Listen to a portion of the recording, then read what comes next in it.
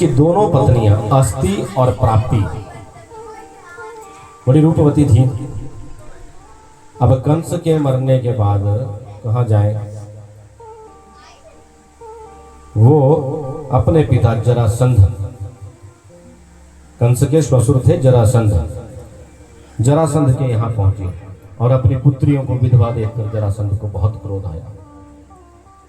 और कंस मरण का जब वृतांत सुना जरासंध ने, दुष्ट जरासंध राक्षस, तो बड़ा क्रोधित हुआ और बड़ी सेना लेकर जो है, बड़ा सैन्य समूह लेकर जो है, उस अभिमानी ने यादवों का संहार करने के लिए मथुरापुरी पर चढ़ाई कर दी। प्रेम से बोलिए जय श्री कृष्ण। और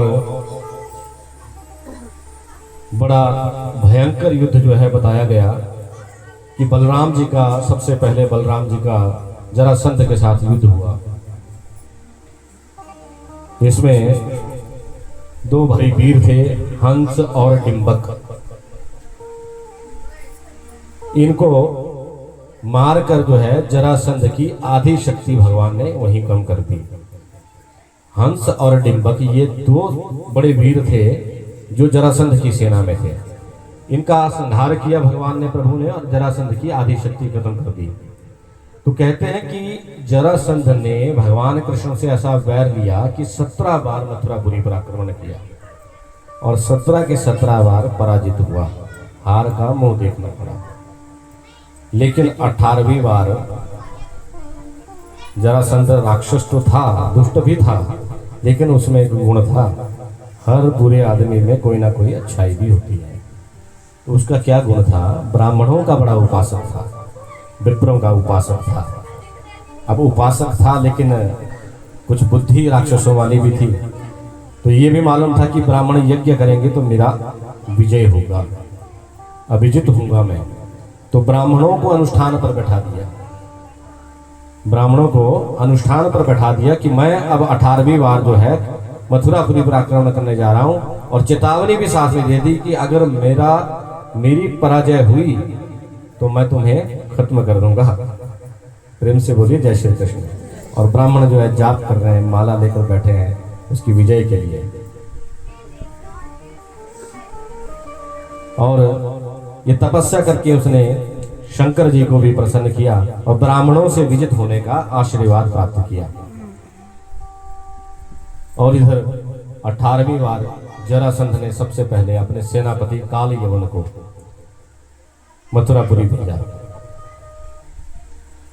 और जब भगवान को यह पता चला कि ये ब्राह्मणों के प्रसाद से यहाँ आया है, तो विप्रपाद सेवनंच, भगवान स्वयं भगवान विप्रों के पाद सेवन करते हैं, ब्राह्मणों की सेवा करते हैं। तो ऐसे भगवान ने जब ये बात सुनी कि ब्राह्मणों का जीवन भी दांव पर लगा है, कि अगर जरासंध हार गया, युद्ध हार गया, तो ब्राह्मणों की अब खैर नहीं, ब्रह्म हत्या लगेगी। यवनोयम निरंधे अस्मानद्य तावन महाबलः मागधो अप्यभाषो वपरशो वा आगमिष्यति। और जब काल यवन वहां पहुंचा तो भगवान ने कहा कि ये तो गुरुपुत्र है, गर्ग का पुत्र बताया गया, गर्ग ऋषि का पुत्र था काल यवन। और यदुवंशियों के गुरु हैं गर्ग, और गुरुपुत्र की हत्या तो महापाप है। और इसे तो ऐसे सीधे सीधे तो नहीं मार सकते, इसको छल से मारना पड़ेगा, खत्म तो करना ही पड़ेगा। और इधर जरासंध भी जो है आज या कल जो है मथुरा पर आक्रमण करने की तैयारी कर रहा है। पहले उसने काल यवन को भेजा। भगवान शिव ने वरदान दिया और ब्राह्मणों ने भी वरदान दिया, तो उसका जो पराक्रम है वो बहुत बढ़ गया था। और यादव इस बात से